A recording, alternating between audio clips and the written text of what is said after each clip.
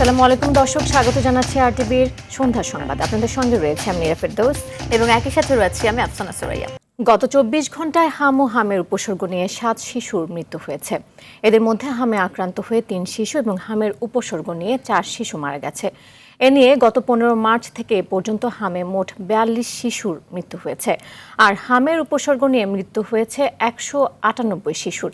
স্বাস্থ্য অধিদপ্তর প্রতিবেদনে এ তথ্য জানানো হয়। এ সময় হামে আক্রান্ত হয়েছে ১৭২ শিশু, আর উপসর্গ নিয়ে হাসপাতালে ভর্তি হয়েছে ৮৬০ শিশু। স্বাস্থ্য অধিদপ্তর বলছে, গত ২৪ ঘন্টায় হামে ও হামের উপসর্গ নিয়ে ৬ শিশুর মৃত্যু হয়েছে ঢাকা বিভাগে। হামের উপসর্গ নিয়ে বাকি ১ শিশুর মৃত্যু হয়েছে সিলেট বিভাগে।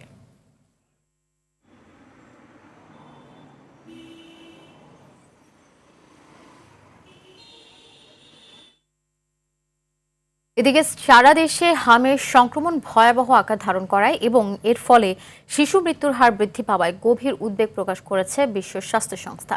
সংস্থাটি বাংলাদেশের বর্তমান হাম পরিস্থিতিকে জাতীয়ভাবে উচ্চ ঝুঁকিপূর্ণ বলে মূল্যায়ন করেছে।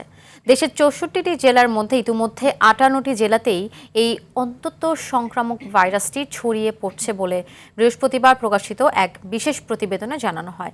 এই পরিস্থিতির জন্য মূলত টিকাদানের ঘাটতি এবং রোগ প্রতিরোধ সক্ষমতায় বড় ধরনের ফাটলকে দায়ী করছে সংস্থাটি। চলতি বছরের শুরু থেকেই বাংলাদেশে হাম রোগীর সংখ্যা আশঙ্কাজনকভাবে বাড়তে শুরু করে।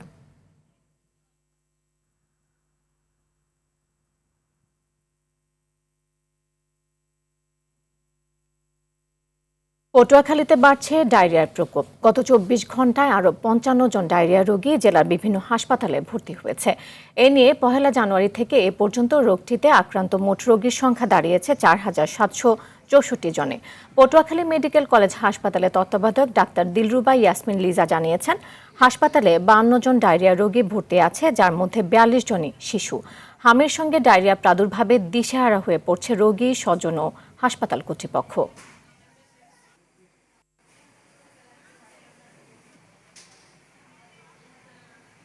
বাসায় ছিল ৪ দিন, এখানে নিয়ে এসেছি, তারপর রাত্রে ১টা বাজে নিয়ে আসার পরে ডাক্তার যে প্রেসক্রিপশন করে দিচ্ছে ওগুলো নিয়ে আসছে।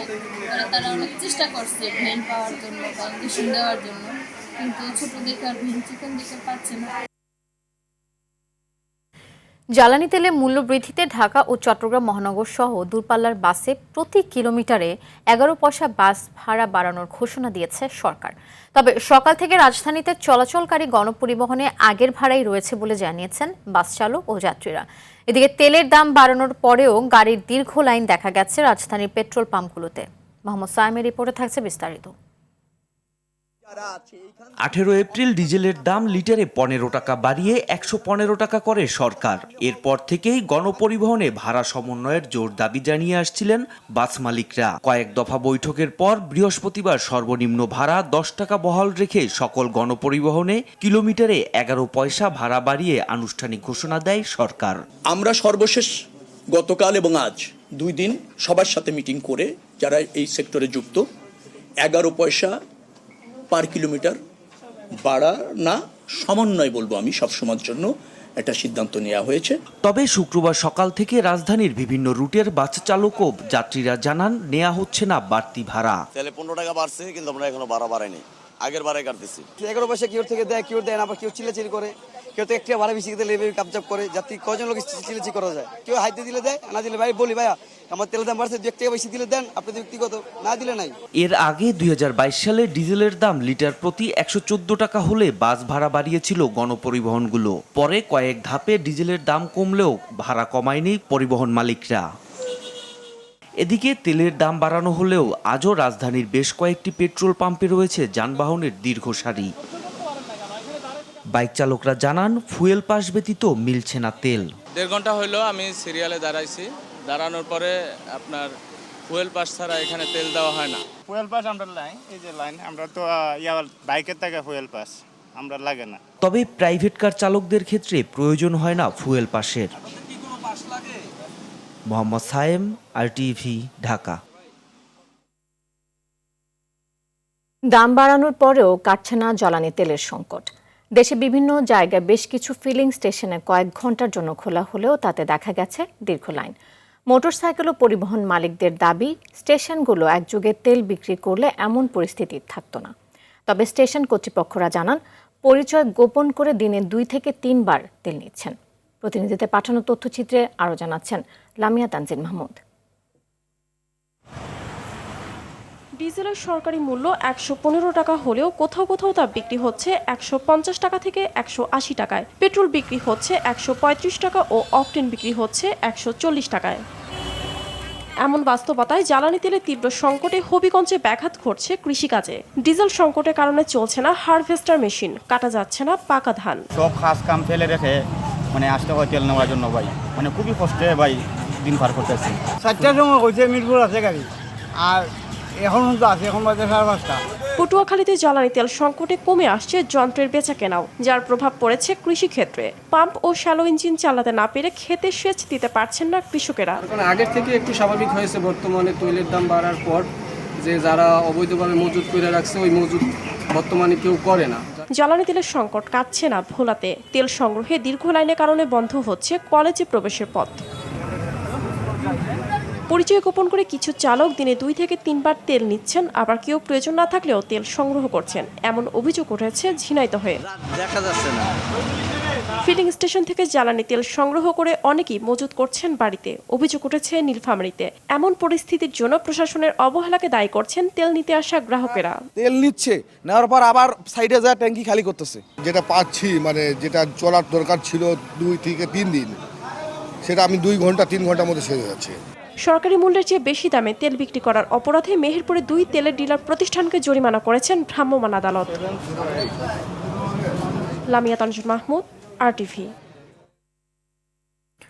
জ্বালানি তেলের দাম বৃদ্ধির প্রভাব পড়েছে বাজারে। বেড়েছে সয়াবিন তেল, আটা, ময়দা, লবণ ও পোলাও চাল সহ নিত্যপণ্যের দাম। মুরগির দাম সামান্য কমলেও বেড়েছে ডিমের দর। এখনো 50 টাকার উপরে বিক্রি হচ্ছে সব ধরনের সবজি। এ বিষয়ে আরও জানাচ্ছেন আব্দুর রহিম। জ্বালানি তেলের সংকট ও দাম বাড়ানোর প্রভাব পড়েছে নিত্যপণ্যের বাজারে। পরিবহন ব্যয় বৃদ্ধি ও সরবরাহ ঘাটতির অজুহাতে দাম বাড়িয়েছেন ব্যবসায়ীরা। বাজারে সয়াবিন তেল নির্ধারিত মূল্যের চেয়ে 5 টাকা বেশি দামে বিক্রি হচ্ছে। এছাড়া খোলা আটা কেজিতে 10 টাকা, লবণ 2 টাকা ও চিনিতে 5 টাকা বেড়েছে। বাধ্যতামূলকভাবে গায়ে দামে তেল কিনতেছি এখন, তাও আমাদের চাহিদা মতো পাইতেছি না। চাইতেছি 20 কার্টন 30 কার্টন দিচ্ছে, 5 কার্টন 10 কার্টন, হ্যাঁ একদিন পর একদিন দিচ্ছে। আরো 2-3টা কোম্পানির তেল সরবরাহ বন্ধ। সপ্তাহের ব্যবধানে 10 থেকে 20 টাকা কমেছে ব্রয়লার ও সোনালী মুরগির দাম। তবে ডিমের ডজন বেড়েছে 10 টাকা। মাল যদি উৎপাদন বেশি থাকে বাজার নিয়ন্ত্রণে থাকবো, মাল যদি একটু শর্ট থাকে 10-20 টাকা কেজিতে বাড়তি থাকে। মাস শেষে যে বেতনটা যায় তার বাইরে তো আমাদের কোনো ইনকাম নাই। সরকারের উচিত দিন এনে দিন খেতে পারে, যাতে তাদের সমস্যা না হয় সেদিকে সরকারের নজর দেয়া। দ্রব্যমূল্যের ঊর্ধ্বগতিতে চাপে পড়েছেন নিম্ন আয়ের মানুষ।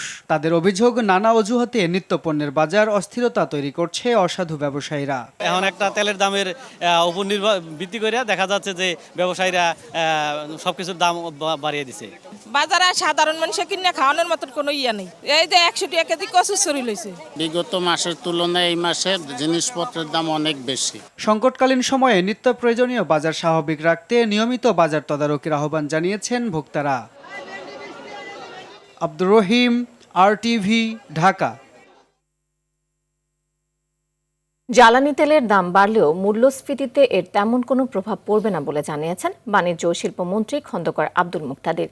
আর দেশকে অস্থিতিশীল করতে চাইলে কাউকেই ছাড় দেওয়া হবে না বলে হুঁশিয়ারি দিয়েছেন অর্থ পরিকল্পনা মন্ত্রী আমির খসরু মাহমুদ চৌধুরী। দেশে বিভিন্ন প্রান্তে জনসভায় তারা এসব কথা বলেন এবং সমসাময়িক নানা বিষয় নিয়ে কথা বলেন। প্রতিনিধিদের পাঠানো তথ্যচিত্রে আরও জানাচ্ছেন লিওন আজাদ। জ্বালানি তেলের দাম বাড়লেও মূল্যস্ফীতিতে এর তেমন কোনো প্রভাব পড়বে না বলে জানিয়েছেন বাণিজ্য ও শিল্পমন্ত্রী খন্দকার আব্দুল মুক্তাদির। দুপুরে সিলেটের সদর উপজেলার মাসুকগঞ্জ বাজারে বাসিয়া খাল পরিদর্শনে গিয়ে তিনি একথা বলেন। এই 15% বৃদ্ধির কারণে একটি বাস যদি 200 কিলোমিটার বা একটা ট্রাক 200 কিলোমিটার পণ্য পরিবহন করে যায়, তার অভিঘাত 30 পয়সার বেশি আসে না কেজি প্রতি। তো সেই জন্য বাস্তবে এইটুক বৃদ্ধি সত্যিকার মূল্যস্ফীতিতে কোনো উপাদান যোগ করবে না। সংকট মোকাবেলায় সরকার বিভিন্ন উৎস থেকে জ্বালানি সংগ্রহ করছে বলে জানিয়েছেন অর্থ ও পরিকল্পনা মন্ত্রী আমির খসরু মাহমুদ চৌধুরী। চট্টগ্রাম বিশ্ববিদ্যালয়ে সরস্বতী জ্ঞান মন্দিরে উদ্বোধনী অনুষ্ঠান শেষে তিনি একথা বলেন। বাংলাদেশে স্থিতিশীলতা যদি না থাকে সামনের দিকে এগিয়ে যাওয়ার কোনো সুযোগ নেই। যারা স্থিতিশীলতা নষ্ট করবে তারা যেই হোক, এখানে আইনের চোখে কাউকে ছাড় দেওয়া হবে। এদিকে লক্ষ্মীপুর সদর উপজেলার একটি অনুষ্ঠানে পানি সম্পদ মন্ত্রী শহীদ উদ্দিন চৌধুরী এনি বলেন, দলের পক্ষে যারা চেয়ারম্যান পদে নির্বাচন করতে চান তাদের অবশ্যই জনবান্ধব হতে হবে। তাহলে দলের পক্ষে যিনি চেয়ারম্যান নির্বাচন করতে চান সেই ব্যক্তিটা যেন জনবান্ধব হয়, জনগণের সঙ্গে সম্পর্কিত হয়। এছাড়া দেশে বিচার বিভাগ সাংবিধানিকভাবে স্বাধীন হলেও সুপ্রিম কোর্ট তার নিজস্ব সক্রিয়তা ধরে রাখতে ব্যর্থ হয়েছে বলে মন্তব্য করেছেন আইনমন্ত্রী মোহাম্মদ আসাদুজ্জামান। যশোর জেলা আইনজীবী সমিতি ভবনে আয়োজিত আইনজীবীদের সঙ্গে মতবিনিময় সভায় তিনি এসব কথা বলেন। সংবিধান বলছে বিচার কার্য পরিচালনায় বিচারকরা স্বাধীন থাকবেন। বাংলাদেশের সুপ্রিম কোর্ট সেই অর্থে কার্য পরিচালনায় স্বাধীন এবং তাদের চাকরি থেকে শুরু করে সবকিছু সরকারের থেকে ভিন্ন। অন্যদিকে দীর্ঘদিনের বসতবাড়ি থেকে ভূমিহীনদের উচ্ছেদের চেষ্টাকে অন্যায় ও চক্রান্তমূলক বলে আখ্যায়িত করেছেন ভূমিমন্ত্রী মিজানুর রহমান মিনু। রাজশাহী নগরীর আবাসিক এলাকায় দখল ও উচ্ছেদ সংক্রান্ত বিরোধ বিষয়ক 3 দফা দাবিতে আমরণ অনশন কর্মসূচিতে তিনি এসব কথা বলেন। প্রধানমন্ত্রীর নির্বাচনে দেয়া প্রতিশ্রুতি 2 মাসের মধ্যেই পূরণ করার কাজ শুরু করে দিয়েছেন বলে জানান হুইপ মিয়া নুরুদ্দিন আহমেদ অপু। গুসাইরহাট উপজেলার কুদালপুর লঞ্চ ঘাট এলাকার খাল খনন কাজের উদ্বোধন করতে গিয়ে তিনি এসব কথা বলেন। খাল খনন কর্মসূচি সফল হলে কৃষক কাজের পানি পাবে, এতে দেশের ফসল উৎপাদন বাড়বে বলে মন্তব্য করেছেন সংস্কৃতি বিষয়ক মন্ত্রী নিতাই রায় চৌধুরী। দুপুরে ফরিদপুরের বোয়ালমারীতে খাল খনন কাজের উদ্বোধনকালে তিনি এসব কথা বলেন। Leon Azad, RTV। জুলাইয়ের সঙ্গে বেইমানি করলে ছাড় নয়, এমনটা জানিয়েছেন জামায়াত আমির ডক্টর শফিকুর রহমান। রাজধানীর সোহরাওয়ার্দী উদ্যানে বাংলাদেশ খেলাফত মজলিস আয়োজিত এই গণসমাবেশে প্রধান অতিথির বক্তব্যে তিনি একথা বলেন।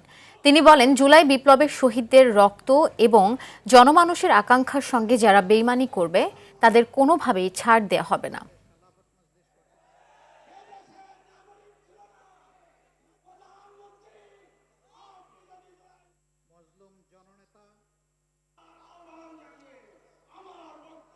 এই রায় যদি না মানেন, মহান আল্লাহকে সাক্ষী রেখে বলছি, এই রায় বাস্তবায়ন না হওয়া পর্যন্ত আমাদের আন্দোলনে আমরা কোনো ধরনের বিশ্রাম নেব না। আন্দোলন চলবে সংসদে, আন্দোলন চলবে রাজপথে। ইরান ইসরায়েল যুদ্ধ বর্তমান সরকারের জন্য সবচেয়ে বড় সংকট বলে মন্তব্য করেছেন প্রধানমন্ত্রীর রাজনৈতিক উপদেষ্টা ও বিএনপি স্থায়ী কমিটির সদস্য নজরুল ইসলাম খান। তিনি বলেন, এই যুদ্ধের কারণে সরকারের বহু উন্নয়ন পরিকল্পনা বাধাগ্রস্ত হচ্ছে। বিকেলে নয়াপল্টনে কেন্দ্রীয় কার্যালয়ে সংবাদ সম্মেলনে তিনি এসব কথা বলেন। আগামী 1 মে রাজধানীতে বড় ধরনের সমাবেশ করার পরিকল্পনার কথাও জানান নজরুল ইসলাম খান। তিনি জানান, মে দিবসের সমাবেশে প্রধান অতিথি হিসেবে উপস্থিত থাকবেন প্রধানমন্ত্রী তারেক রহমান। সমাবেশে কয়েক লাখ নেতাকর্মীর উপস্থিত হবে বলেও জানান তিনি। দলের সিনিয়র যুগ্ম মহাসচিব রুহুল কবির রিজভী বলেন, ইতিমধ্যে সব ধরনের প্রস্তুতি সম্পন্ন করেছে জাতীয়তাবাদী শ্রমিক দল। ক্ষমতা আসার পরে এই যে ইরান ইসরায়েল আমেরিকার যে যুদ্ধটা, এটা তো স্বাভাবিক ছিল না, এটা তো প্রত্যাশিত ছিল না আর কি। কিন্তু এই সরকারের জন্য সবচেয়ে বড় সংকটের কারণ হয়ে দাঁড়িয়েছে এটা, যেটার ব্যাপারে সরকারের কোনো হাত ছিল না। আমাদের বহু উন্নয়ন প্রচেষ্টা কিছুটা হলো বিঘ্নিত করেছে, বাধাগ্রস্ত করেছে। এই সমাবেশটি যাতে বর্ণাঢ্য এবং সব দিক থেকে সাফল্যমণ্ডিত করা যায় তার জন্য ব্যাপক প্রস্তুতি গ্রহণ করেছে জাতীয়তাবাদী শ্রমিক দল। ইতিমধ্যে গতকাল থেকে শুরু হয়েছে বিভিন্ন প্রস্তুতি সভা। নতুন বা পুরাতন স্বৈরতন্ত্র টিকিয়ে রাখার চেষ্টা হলে জনগণ আবারও ঐক্যবদ্ধ হবে, এমন হুঁশিয়ারি দিয়েছেন জাতীয় নাগরিক পার্টি আহ্বায়ক নাহিদ ইসলাম। বিকেলে রাজধানী ডিপ্লোমা ইঞ্জিনিয়ার্স ইনস্টিটিউটে এনসিপিতে যোগদান অনুষ্ঠানে তিনি এসব কথা বলেন।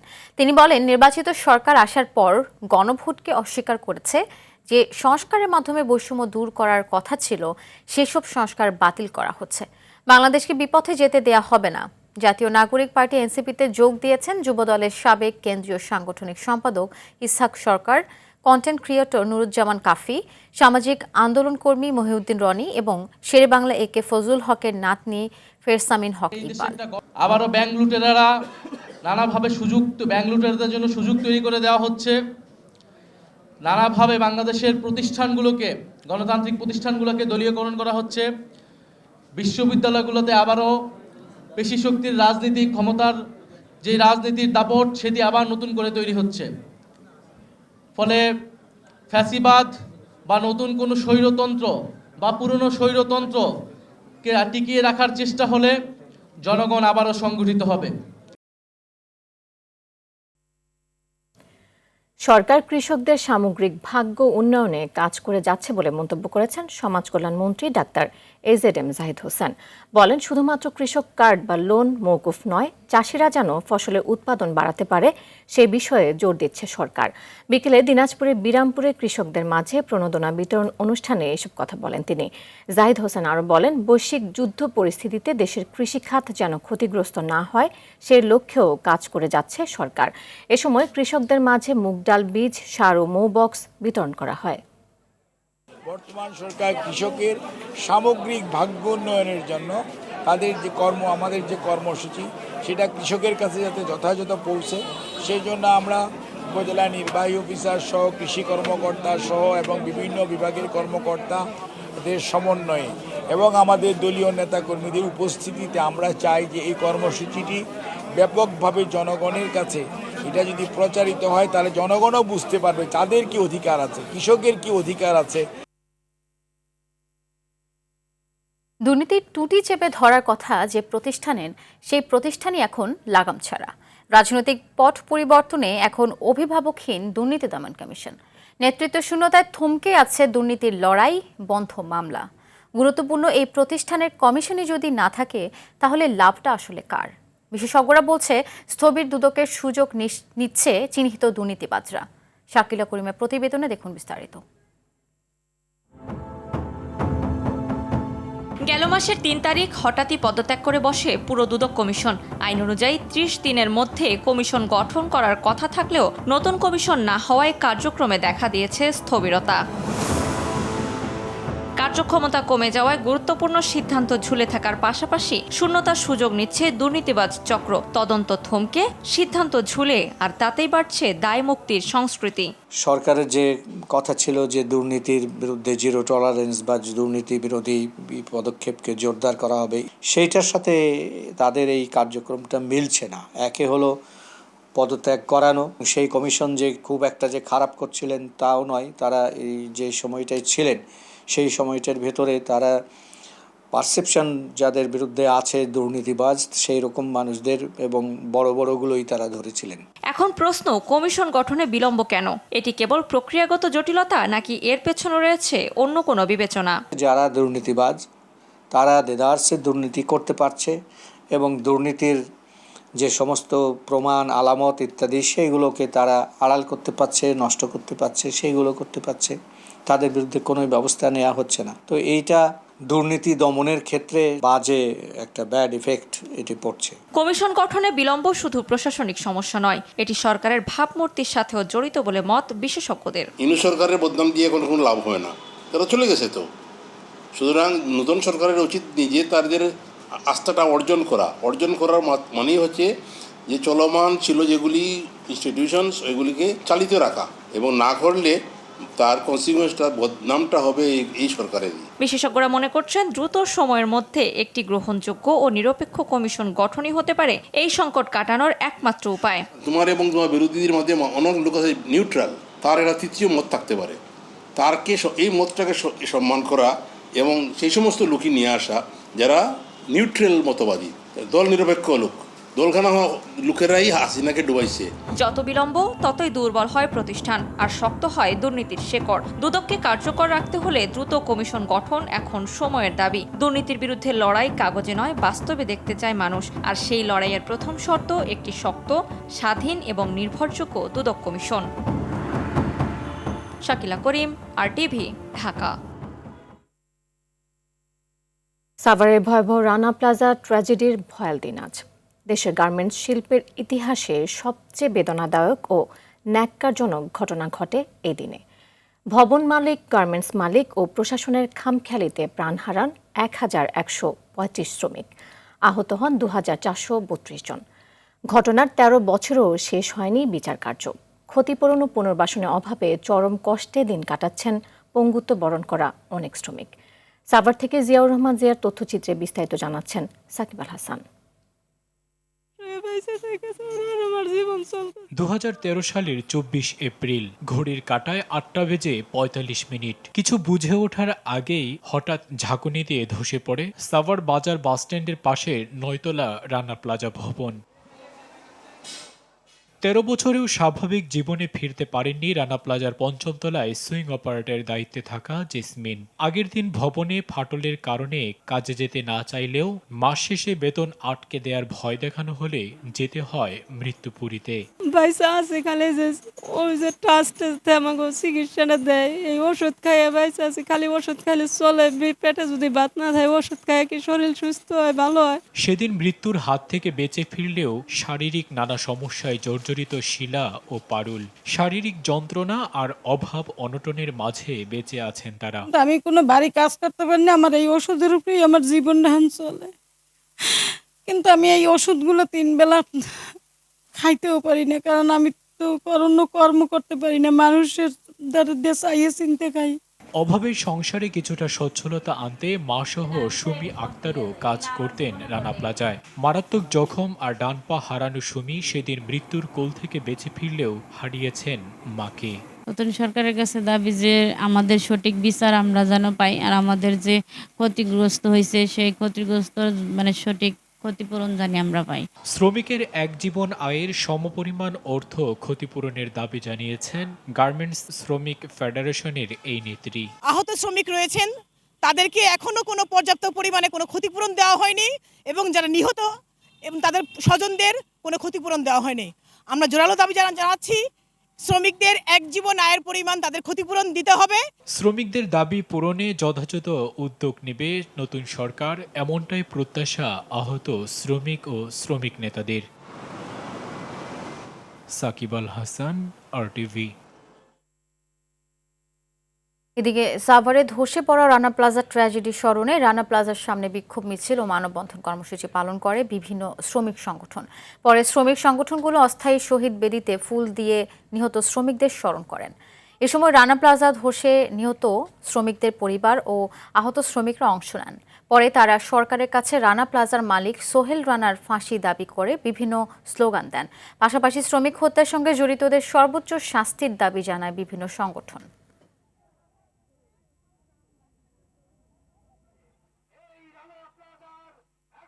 আমরা এখনো কোনো বিচার পাই নাই। আমরা আশা করি বর্তমানে গণঅভ্যুত্থানের পাটাতনে দাঁড়িয়ে যে নির্বাচিত সরকার এসছে, তারা অবিলম্বে সোহেল রানা সহ সকল দোষীদের শাস্তির প্রক্রিয়া ত্বরান্বিত করবেন। আমার বাবার বাড়ির থেকে আমি ভাত খাওয়া দেওয়ার পারি নাই। ন্যায্য বিচার এই নতুন সরকারের কাছে আমরা চাই। আমি চাই এই জায়গাটা বাজেয়াপ্ত করে সরকার থেকে ট্রাস্টের দায়িত্বে একটা হসপিটাল করে দেওয়া হোক এবং আমাদের পুনর্বাসন করার ব্যবস্থা করা হোক। পুরান ঢাকায় আইনের চোখের সামনে গড়ে উঠেছে এক ভয়ঙ্কর অবৈধ সাম্রাজ্য।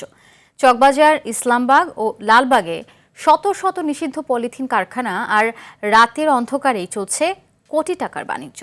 প্রশ্ন উঠছে, আইন কোথায়, নজরদারি কোথায়? কারা চালাচ্ছে এই শক্তিশালী সিন্ডিকেট, আর কিভাবেই বা বছরের পর বছর নির্বিঘ্নে চলছে এই অবৈধ কার্যক্রম? বাস্তব চিত্র তুলে ধরতে মুনতাসির মামুনের 2 পর্বের অনুসন্ধানী প্রতিবেদনের আজ দেখুন প্রথম পর্ব। ক্যামেরায় ছিলেন নাজমুল হোসেন সায়মন। পুরান ঢাকার চকবাজার, ইসলামবাগ, কামরাঙ্গীচর ও লালবাগ এই 4 এলাকাকে কেন্দ্র করে সক্রিয় প্রায় 550 অবৈধ পলিথিন কারখানা। প্রতিদিন কারখানায় উৎপাদিত হচ্ছে বিপুল পরিমাণ পলিথিন, যা শক্তিশালী সিন্ডিকেটের মাধ্যমে ছড়িয়ে পড়ছে ঢাকা সহ সারা দেশে। এর মূল হোতা হাজি মুরাদ ওরফে পলিথিন মুরাদ জানালেন, এই কাজে তিনি এখন নেই, আছেন পলিথিন পরিবহন ব্যবসায়। এই নেটওয়ার্কের কেন্দ্রবিন্দু চকবাজারের ইমামগঞ্জ। রাত 10টা থেকে ভোর পর্যন্ত চলে পলিথিন লোডিং আর পরিবহন। এখান থেকেই দেবীদাসঘাট ও সোয়ারিঘাট হয়ে পলিথিন পৌঁছে যাচ্ছে দেশের বিভিন্ন প্রান্তে। এখন 50-60টা কন্টেনার প্রতিদিন যায় না?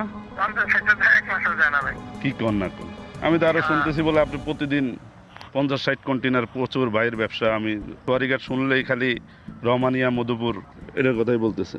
ওই যে মালকে যদি আমার ফোন দিতেন আমি আসতাম আর জিজ্ঞেস করতাম। আমার নাম তো অনেক একদম মনে করেন আপনাকে সবাই চিনে, বুঝছেন ভাই? আমার কথা বলে বলে অনেকেই নামটা ইউজ করতে।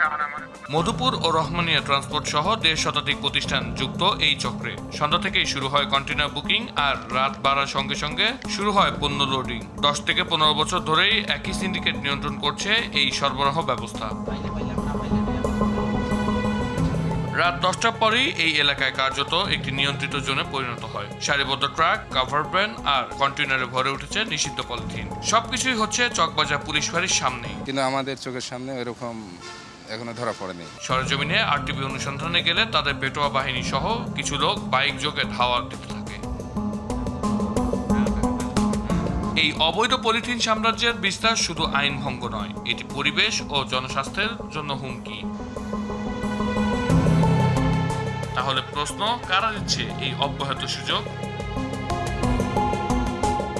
মুনতাসির মামুন, আরটিভি, ঢাকা। যশোরের অভয়নগর ও কেশবপুরে তীব্র গরমে হিটস্ট্রোকে আক্রান্ত হয়ে 2 কৃষকের মৃত্যু হয়েছে। সকালে অভয়নগর উপজেলার মাগুরা গ্রামে কৃষিকাজ করতে গিয়ে অসুস্থ হয়ে পড়েন রফিক মল্লিক। উপজেলা স্বাস্থ্য কমপ্লেক্সে নিয়ে গেলে চিকিৎসক তাকে মৃত ঘোষণা করেন। এদিকে কেশবপুরের বরেঙ্গা গ্রামে কলাতলা বিলে ধান কাটার সময় হিটস্ট্রোকে হাশেম আলী সর্দারের মৃত্যু হয়েছে। যশোরে আজ তাপমাত্রা রেকর্ড করা হয়েছে 37 ডিগ্রি সেলসিয়াস। গরমে এমন অনাকাঙ্ক্ষিত মৃত্যু এড়াতে রোদে বাইরে না থাকার পরামর্শ দিয়েছেন চিকিৎসকরা। রাজধানীর গুলশানে ফুটপাত দখল করে গড়ে ওঠা অবৈধ দোকান গুড়িয়ে ভেঙে দিয়েছে রাজধানী উন্নয়ন কর্তৃপক্ষ ও ঢাকা উত্তর সিটি কর্পোরেশন।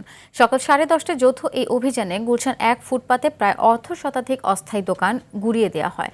পরে গুলশান লেক পার ধরে ফুটপাতে গড়ে ওঠা দোকানগুলোও উচ্ছেদ করা হয়। নির্বাহী ম্যাজিস্ট্রেট সবুজ হাসান জানান, লেকের পারে কোনো অবৈধ স্থাপনা হতে দেওয়া হবে না। পরবর্তীতে কেউ করলে তাদের বিরুদ্ধেও ব্যবস্থা নেওয়া হবে।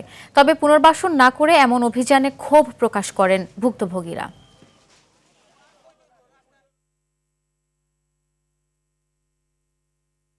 আবারও শুরু হয়েছে বাংলাদেশের শিশু কিশোরদের সবচেয়ে বড় প্রতিভা যাচাই প্রতিযোগিতা মার্কস অলরাউন্ডার। সারা দেশ ঘুরে এখন চলছে ঢাকা জোনের আঞ্চলিক প্রতিযোগিতা।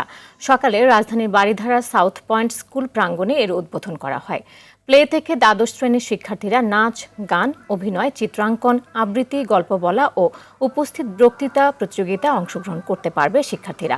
3টি গ্রুপ থেকে সেরা 3 অলরাউন্ডারের প্রত্যেকে পাবে 15 লাখ টাকার শিক্ষাবৃত্তি এবং বিভিন্ন পর্যায়ে বিজয়ীরা পাবেন সর্বমোট 1 কোটি টাকারও বেশি উপহার।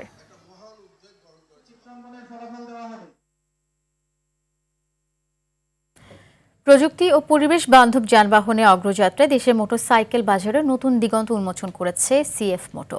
রাজধানী ইন্টারন্যাশনাল কনভেনশন সিটি বসুন্ধরায় আয়োজিত এবারের বাইক শোতে অংশ নিয়েছে মোটরসাইকেল নির্মাতা সিএফ মোটো।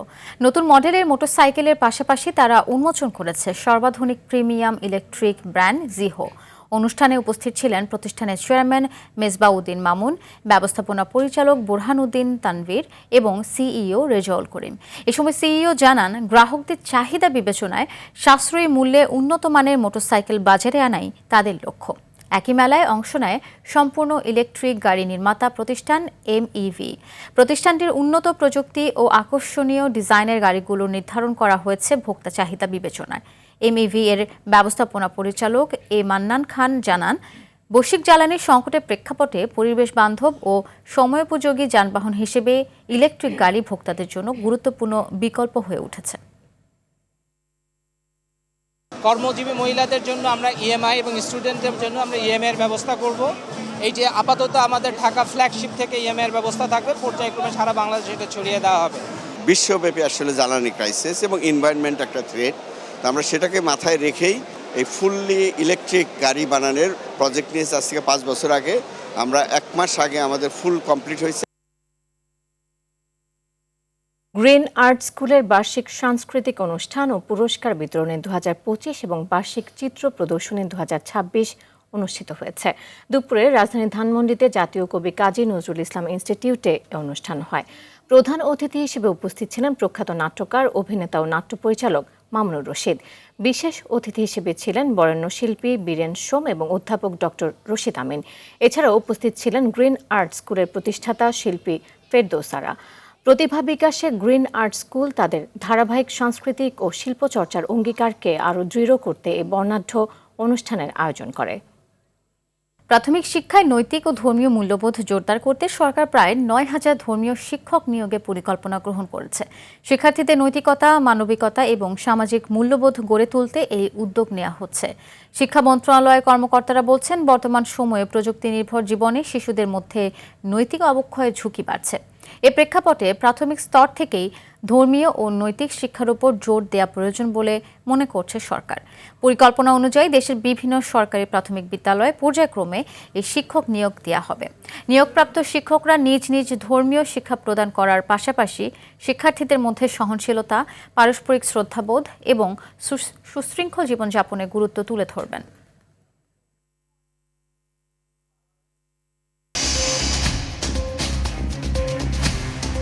দর্শক, সন্ধ্যা সংবাদ এই পর্যন্তই। রাতের সংবাদ 11:15টায় দেখার আমন্ত্রণ রইল। এতক্ষণ সাথে থাকার জন্য অসংখ্য ধন্যবাদ সবাইকে।